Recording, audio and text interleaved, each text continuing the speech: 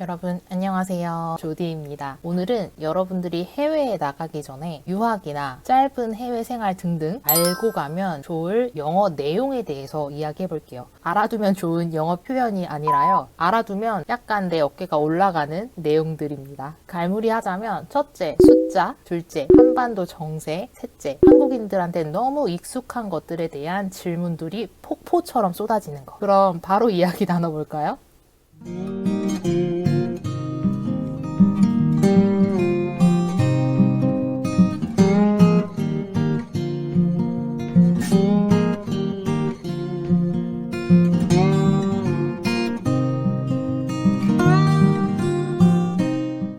은근히 숫자를 물어보는 외국인들이 많아요. 한국 인구가 몇 명이야? 너 서울 살아? 서울 면적이 얼마야? 서울 인구는 몇 명이야? 서울이 뉴욕보다 작나? 이거를 물어보면 모르겠어요. 저는 완전 뼛속까지 문과라서 그런지 숫자에 약한데 그것도 영어로 이제 숫자를 얘기해야 되니까 진짜 쥐약이거든요. 100만, 1000만, 뭐 억, 조 이런 단위는 머리 아프거든요, 솔직히. 사실 그렇잖아요. 자주 쓰는 표현만 잘 알지. 그래서 저는 누군가 영어로 인구라든지 면적을 물어보면 1단계 뭐야? 이렇게 놀라요. 그리고 2단계 맞다, 우리나라 인구 몇 명이었지 정확하게? 서울 면적이 얼마였지? 왜 나 이것도 모르고 있는 거지? 스스로 자책을 하고요. 3단계 영어로 그거 숫자 단위가 어떻게 표현해야 됐지? 막 괴로워합니다. 그래서 여러분들 간단하게 우리나라 인구라든지 면적이라든지 이런 대략적인 수치 정도는 어느 정도 이제 알고 가시면은 진짜 좋아요.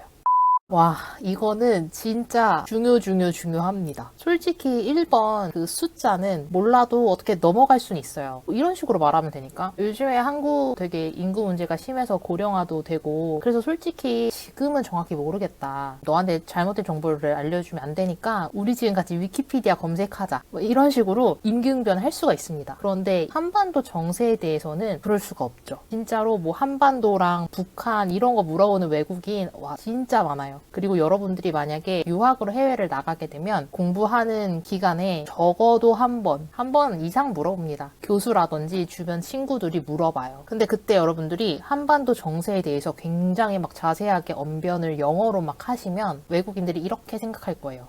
쟤 완전 고급 영어 구사하네? 왜냐면 영어도 사회나 정치 얘기를 할 때 사용되는 단어가 우리가 일반적으로 쓰는 표현이 아니다 보니까 고급 영어, 고급 단어라고 이제 인식이 되거든요. 그리고 정치나 사회에 관심이 없었던 외국인, 원어민들조차 그런 단어를 쓰면 단어는 이해하겠지만 그 내용을 이해를 못하는 외국인들도 은근 있어요. 네, 맞아요. 우리가 아무리 발음을 완벽하게 막 클리어하게 해도 사회나 정치에 관심 없는 원어민들은 내용을 모르는 거죠. 제가 말이 길었죠? 실제로 제가 네덜란드 대학원에서 인터널 매니지먼트라는 수업이 있었고 리더와 관리자의 차이라는 주제로 우리 조별끼리 토론 시간을 가졌었어요. 이제 그 영상을 보여드릴 건데요. 찾아보니까 제가 페이스북에 올려놨더라고요. 저희 조는 약간 재미 플러스 그냥 리더와 관리자의 차이에 대해서 이야기를 안 했고 조금 더 좀 세부적으로 독재 리더, 독재 관리자 이런 것까지 저희가 막 얘기를 하게 된 거예요. 근데 독재하면은 누굽니까, 여러분? 어쩔 수 없이 이렇게 북한 얘기가 나오더라고요. 당시에 저희 조에 에콰도르에서 온 친구가 있었는데 에콰도르는 사회주의 색채가 굉장히 강한 나라라고 해요. 그래서 이 친구가 저보다 사회주의 그리고 북한 이 부분에 대해서 더 잘 알고 더 많은 관심이 있더라고요. 그래서 저희 조를 대표해서 이제 그 친구가 발표를 했습니다.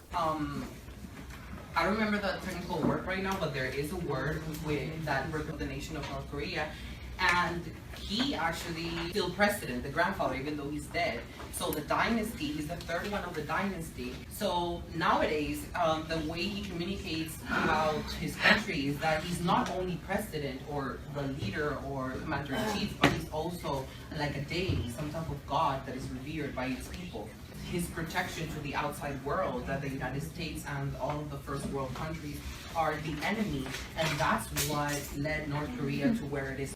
그래서 여러분 한반도 정세에 대해서 어느 정도 영어로 내용을 말할 줄 아는 그런 거를 좀 미리 준비해 두시고 공부해 가시는 거 진짜 추천드립니다.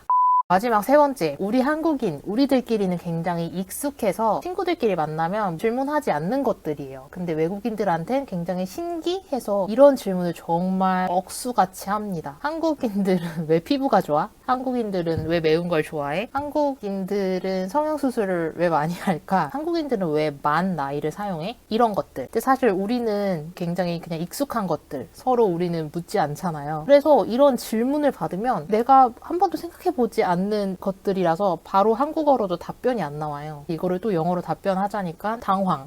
그래서 여러분들이 유학 가시기 전에, 해외로 떠나시기 전에 이런 것들에 대해서 한 번 정도 고민해보시고 그 내용을 마음속에, 머릿속에 담아가시면 좋을 것 같아요.